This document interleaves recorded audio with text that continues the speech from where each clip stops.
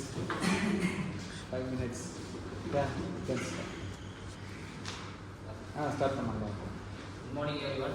I am there Prasad from Philosophy Department. Today we are going to talk about important topic is Western philosophy of Sophists, Relativism and Skepticism.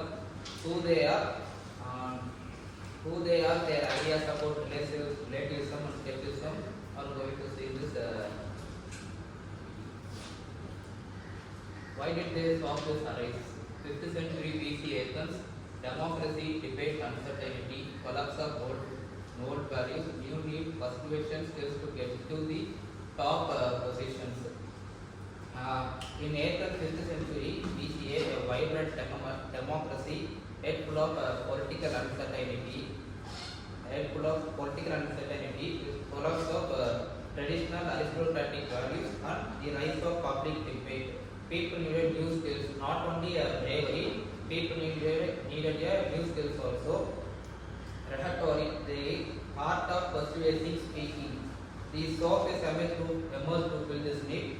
So they started teaching skills for political and legal success. They were very much product of their time. At time when winning arguments could be winning power. Who was the Sophist? Traveling teachers taught rhetoric, politics, ethics, success, arrest over ultimate truth. The Sophists are not philosophers. They are travelers who teach us, professional educators who teach us subjects like rhetoric, politics, ethics and grammar for a fee. They traveled to city. Their aim was not truth as we think, but arrest success, excellence, achievement. Then we charge against them. Persuasion over truth, winning, faith and wisdom. Here's where the problem lies. Sophists are often accused of caring more about winning than about wisdom. Imagine who, rather than searching for truth, only polishes arguments to seem right. This fear made many thinkers, especially Plato, Socrates, are highly critical of this. Then Protagoras, man is the measure of when you are saying that who are the Sophists, when you are saying not teachers, travelers, at the same time you should have listed the people, right? There itself. At least you have to mention the list. These are the people concerned the Sophist traditions. Okay, go ahead. Man is the measure of all things. Knowledge is relative. Perception defines. Where is the all things? Man is a measure. That's it. Man is the measure of all things.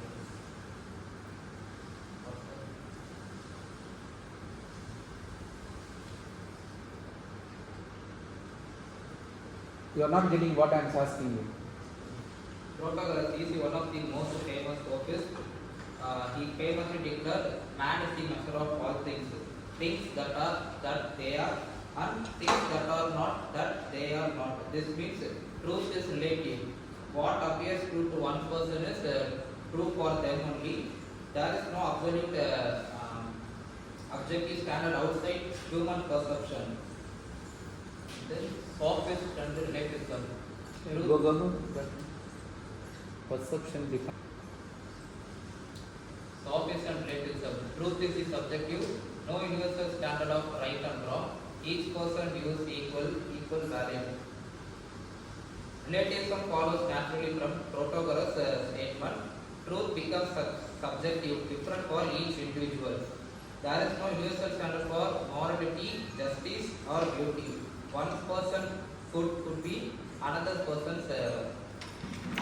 bad, and both could be true, equally valid in their own context. Both could be equally true in their own context. And Sophists and Skepticism. Doubt towards certainty and traditional beliefs, worship gods, justice and morality, open-ended thinking but weaker trust in absolutes.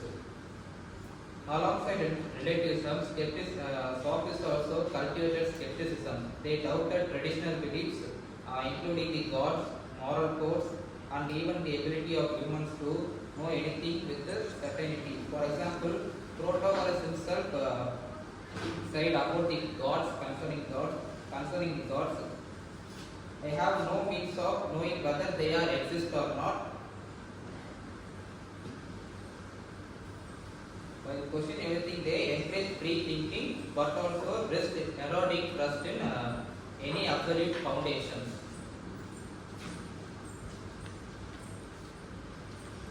And the legacy of relativism and skepticism, start of doubt and pluralism, no single truth for all, challenge to certainty.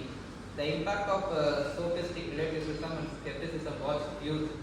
They opened the door to philosophical doubt, pluralism, and debate. They challenged certainty, but also left a deep anxiety. If there is no single truth, how do we agree on anything? In many ways, they started a long tradition of questioning that philosophy thrives on, but also highlighted its danger. And then Socrates' critique. Socrates seeking truth, not persuasion. Sophists telling cleverness, not wisdom. Awareness of ignorance equal to real wisdom.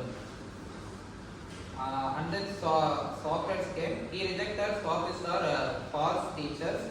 Socrates taught truth but not persuasion. He believed that awareness of one's own ignorance was the beginning of real wisdom. Unlike the Sophists who claim to teach everything for money. So his dialogues on Socrates showed that many Sophists believed they knew, but they actually didn't. What I learned from Sophists is importance of questioning, dangers of empty rhetoric, values of critical humility. Sophists taught me several important questions. Always question accepted ideas. Be cautious. Rhetoric can manipulate. Be easily as Rhetorical. We call one. It can manipulate easily as it can be enlightened. True wisdom lies not in clever arguments but in critical humility, in knowing the limits of our knowledge. Their teachings sharpen the human mind, but only when combined with an honest search for truth, like Socrates practiced. Conclusion: Sophists, they broke old certainty, they forced deeper thought, their challenges continuous today. In conclusion, Sophists were crucial figures in philosophy. They shattered blind faith in tradition and they forced a deeper thought. They made us realize truth is not always simple, it requires struggles, questioning, and dialogue. Their challenges are still alive today in law, politics, and philosophy.